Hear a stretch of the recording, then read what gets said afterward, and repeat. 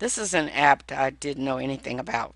I didn't even know this app existed, but it's called a Child ID app, and it's by the Federal Bureau of Investigation, the FBI. And what it does is allows you to store in one place like photos, vital information about your child. So in the case the child becomes missing, you can contact the police and we have necessary information readily available. How much do you weigh as far as how much information you give up? How much of this app will you provide information to those holding the app on the phone services and to the FBI? So I would truly recommend talking to a local FBI agent about the app and see what they recommend if you have questions or concerns to talk to them about that. These are the topics we will be covering in the video, and it's a video comprised of information from the FBI. And what I've did is I've taken two of their brochures which cover the app and put them in the presentation. So the first brochure is short, it's only like a two-page one, and the other one gives more detail. That will be the second brochure you will see. And also in that brochure it has helpful hints, what to do the first 24 hours, the second 24 hours. It's very useful document. So once again, thank you again for visiting my channel. Hope this is a helpful topic for you. In the brochure, it makes a very interesting statement that every parent fears. You're shopping at the mall with your child, your children, when one of them suddenly disappears. Children are quick. Mine were very quick. My son was very quick. And so it is a app that can be useful. I really believe useful in the concept in the world we live today, and it's worth looking into. So I hope that the little information that I provided in this presentation will be able to help you make that decision. What I've done is I've included the information. This is the center page on the small brochure that the FBI puts out about the app. And you can see interesting information. It says the app includes tips on keeping children safe as well as specific guidance on what to do in those first few critical hours after the child goes missing. And if you look over here to the right on the slide, it says an important note. The FBI and the iTunes, for that matter, is not collecting or storing any photos. That's why I said at the beginning, you might want to check with an FBI agent. And right above that, it said the app will be available in additional mobile platforms in 2012, where they have relaunched the particular app and it is now available. So I would recommend, like I said, talking to someone at your FBI office in whatever state or city you're in. This is the back page of the small brochure that I think was originally issued back, I guess, 2011. So you can see you could actually scan the reader and download the app, but put your confidence in the understanding you get from asking questions and making an intelligent decision if this app is something you want to use. Every year, thousands of children go missing. A toddler wanders out an open door. A teen doesn't make it home from the mall. A child disappears into a crowd. Across the nation, the FBI and its law enforcement partners are working to help keep your children safe. Now you can help too. Download the FBI Child ID app on iPhones and Androids, and you'll have an easy way to collect and send photos and other vital information to authorities in the event your child goes missing. We are all winners when we work together to keep kids safe. This is the page that comes up when you select the link for iTunes from the FBI document that talks about the FBI ID Child app. And as you can see, it is there. And so, basically, it's got an update of February 27, 2017. So the app is current.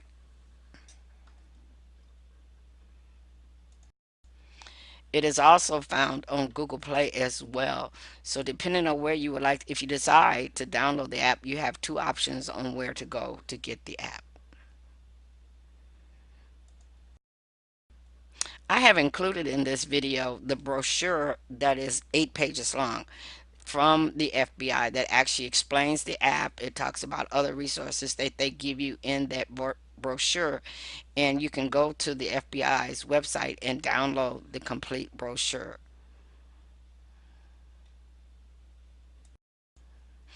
This is the front page of the brochure, and at the very top it talks about putting safety in your hands, and then it has a very powerful statement. It said a child goes missing every 40 seconds in America. Many never return home. The FBI's new child ID app can help. And then it goes on to explain what the application does, a little summary there. This page basically shows you what you would type in on the app on the phone. So you would put in the name, the child's information, his address, home phone, and all of this, date of birth, and all these things, identifying characteristics, and that's basically all they're asking for. I found these next pages very resourceful, very interesting. And it talks about, this page right here talks about safety tips when you're with your child. Sometimes I think we take certain things for granted. The last one, number 9, says go with your children doing all door to door activities, like Halloween and different things. And number 3, it says teach your child to move away from cars that pull up next to them. A lot of times children are so trusting, that they don't even notice that a car is getting a little too close. They're just walking down the sidewalk. So these are some things that we now have to teach our children to do to protect themselves. This page discusses how to use the app. So you find they give you how to open up the app and to remove the child's information, make modification. Then the bottom part down here says to send your child's information to law enforcement authorities, to yourself for archival purposes, or other groups or individuals. I thought that was a really nice feature. This way you don't have to try to remember, what you put in the app on that particular day, and it gives you that option in the app. So the app seems to be well designed. This is a very useful app, and it has in this brochure information on what to do in the unfortunate and hopefully never happen event of the child being missing. First 24 hours are critical, and it lists things to do like calling 911, gathering things for about the child. But I also like number 8. It says limit access to your home until law enforcement has collected possible evidence. Do not touch or remove items from your child's room or your home during this time. And a lot of times I don't think we think about that, because once that happens, you have family and friends coming around to try to help you in this critical time.